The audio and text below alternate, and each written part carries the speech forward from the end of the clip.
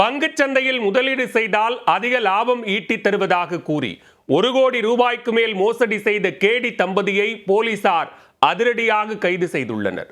லட்சங்களை ஏப்பம் விட்டு தலைமறைவானவர்கள் குழந்தைக்கு பள்ளியில் கொடுத்த முகவரி மூலம் சிக்கியது எப்படி? சேலம் மாவட்டம் பெத்தநாயக்கன்பாளையத்தைச் சேர்ந்த தம்பதி மணிகண்டன், அபிராமி. இவர்கள் டிஜிட்டல் நிஃப்டி பிரைவேட் லிமிடெட் என்ற நிறுவனத்தை நடத்தி வருகின்றனர். ஆன்லைன் ட்ரேடிங் மூலம் முதலீடு செய்து பணத்திற்கு மாதம் 10% மேல் லாபம் ஈட்டலாம் என்று விளம்பரம் செய்துள்ளனர். அத்துடன் லாபத்தில் 60% தருவதாக யூடியூப் மற்றும் இணையதளம் மூலமாக வீடியோ வெளியிட்டு அளந்துவிட்டுள்ளனர். அதில் தொடர்பு கொள்ள வேண்டிய வாட்ஸ்அப் எண்ணையும் கொடுத்துள்ளனர். மணிமணியாக பேசிய மணிகண்டனின் பேச்சை நம்பி புதுக்கோட்டையைச் சேர்ந்த சகோதரர்கள் சுரேஷ்குமார் மற்றும் மகேஷ்குமார் ஆகியோர் கடந்த 2021ஆம் ஆண்டு முதலீடு செய்துள்ளனர். 1 லட்சம் ரூபாய் முதலீடு செய்தால் 10 மாதத்தில் அது இரட்டிப்பாகும் என்றும் வாரந்தோறும் வட்டியுடன் கூடிய அசல் தொகையை வங்கிக் கணக்கில் வரவு வைப்பதாகவும் மணிகண்டன் தெரிவித்துள்ளார். இதனையடுத்து சகோதரர்கள் இருவரும் மணிகண்டன் மற்றும் அவரின் மனைவி அபிராமியின் வங்கிக் கணக்கிற்கு பல்வேறு தவணைகளாக 59 லட்சம் ரூபாய் வரை முதலீடு செய்துள்ளனர்.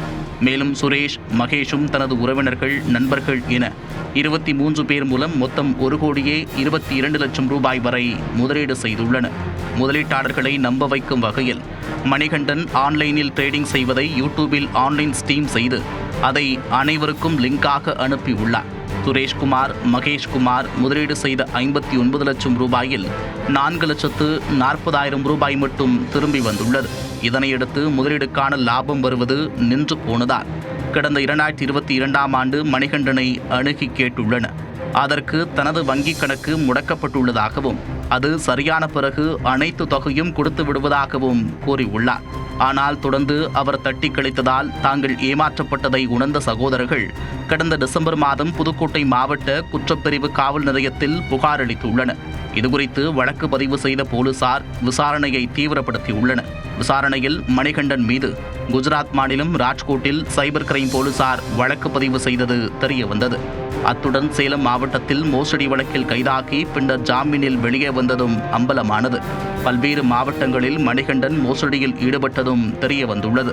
மணிகண்டன் தலைமறைவான நிலையில் அவரின் குழந்தை படிக்கும் பள்ளியில் கொடுத்த விலாசத்தின் மூலம் அவர்களை போலீசார் கண்டுபிடித்துள்ளனர். பின்னர் அந்த விலாசத்திற்கு சென்ற போலீசார் ஷேர் மார்க்கெட் பெயரில் மோசடியில் ஈடுபட்ட மணிகண்டன், அபிராமி தம்பதியை கைது செய்தனர். அவர்களிடம் விசாரணை மேற்கொண்டு வரும் போலீசார் மணிகண்டனை அவரது இல்லத்திற்கு அழைத்து சென்று சோதனை நடத்தவும் திட்டமிட்டுள்ளனர்.